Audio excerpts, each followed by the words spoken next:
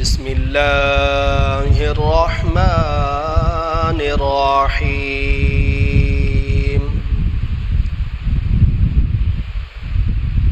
وفدیناہ بذبح عظیم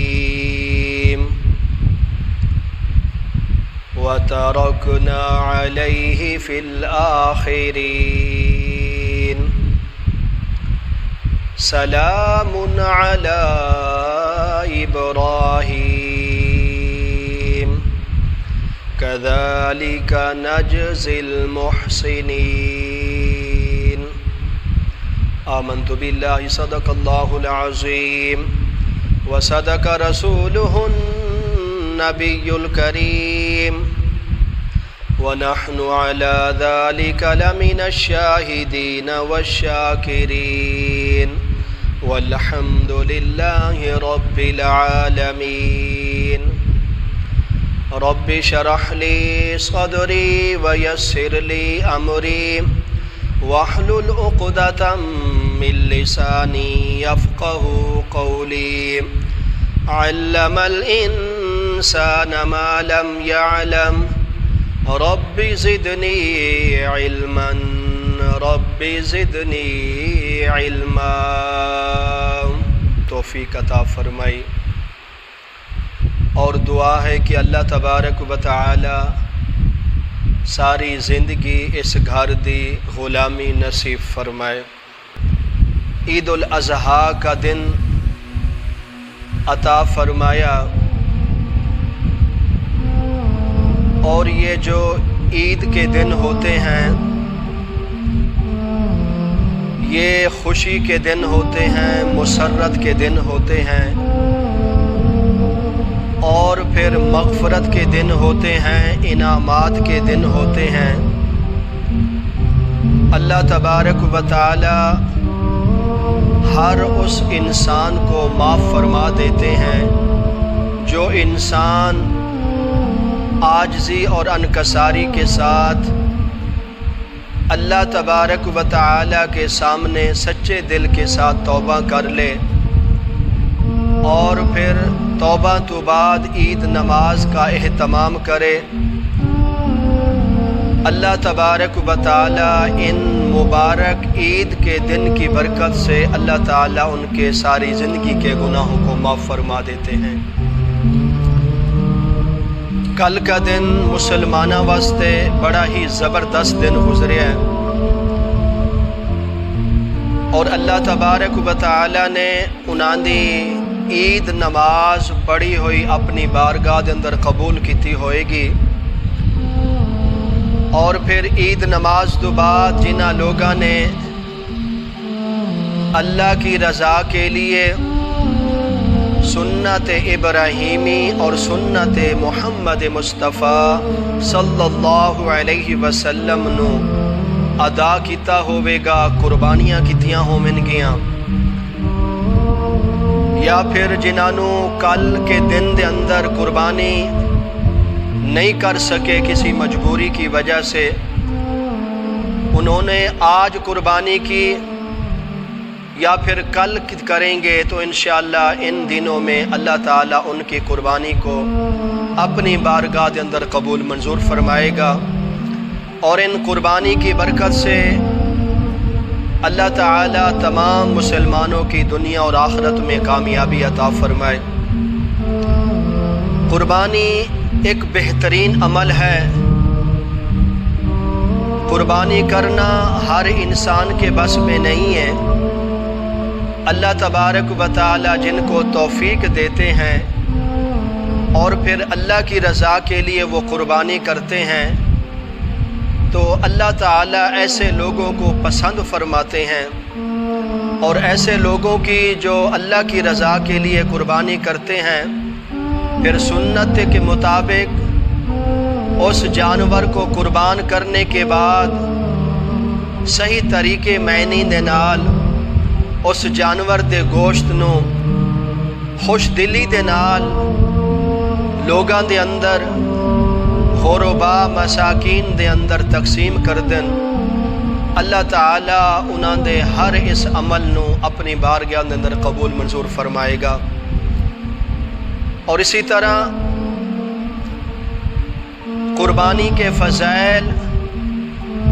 قربانی کی اہمیت اور قربانی کرنے کے مسائل پر کافی گزشتہ جمعہ دے اندر گفتگو ہو چکی ہے، اور آج کے اس خطبے دے اندر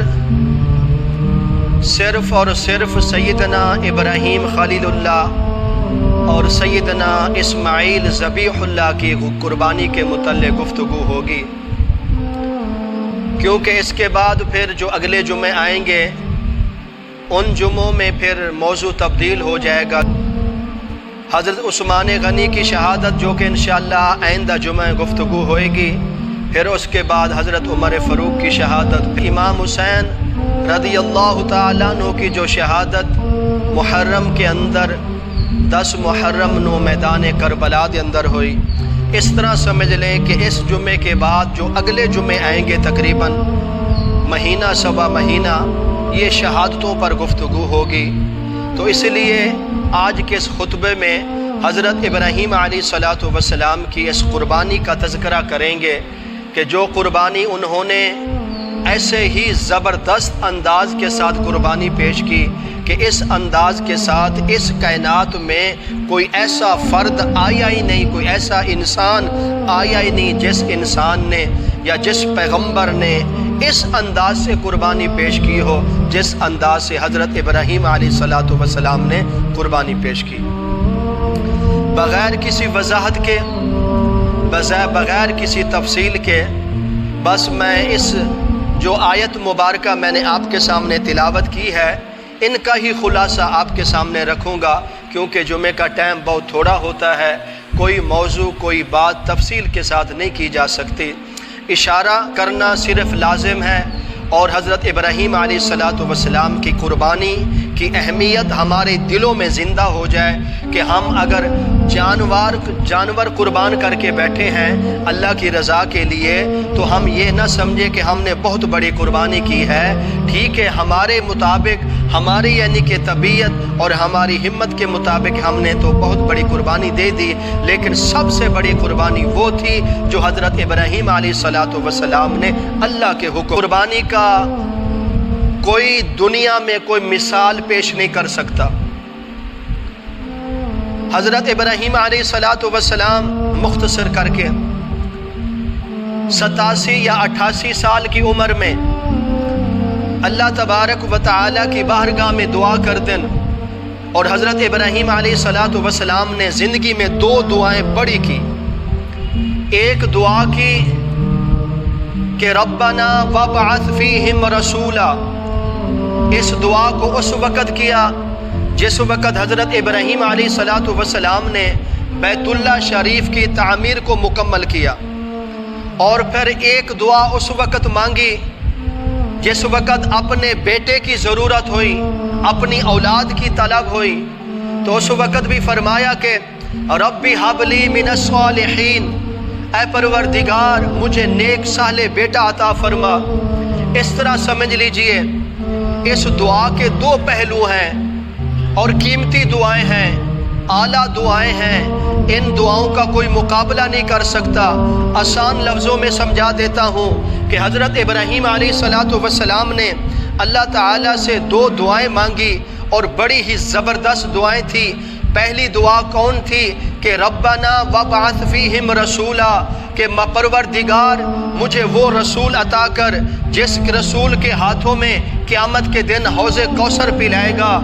پھر اس کے بعد دوسری دعا کی ربی حب لی من الصالحین، کہ پروردگار اب مجھے وہ بیٹا عطا کر جس کے قدموں، جس کی ایڑیوں کے نیچے زمزم کا پانی کا چشمہ جاری ہو جائے، اور پھر یہ دونوں چشمے، یہ دونوں پانی بہت اعلیٰ ہیں۔ دنیا میں پانی زمزم کے پانی کے ساتھ دنیا کا کوئی پانی مقابلہ نہیں کر سکتا، پھر آخرت میں اور حوض کوثر کے پانی کے ساتھ کوئی آخرت کا پانی مقابلہ نہیں کر سکتا۔ اس طرح سمجھ لیجئے حضرت ابراہیم علیہ الصلوۃ والسلام نے اس امت کے لیے اگر حوض کوثر کا مالک مانگا تو حضرت ابراہیم علیہ الصلوۃ والسلام نے آپ صلی اللہ علیہ وسلم کی شکل کے اندر،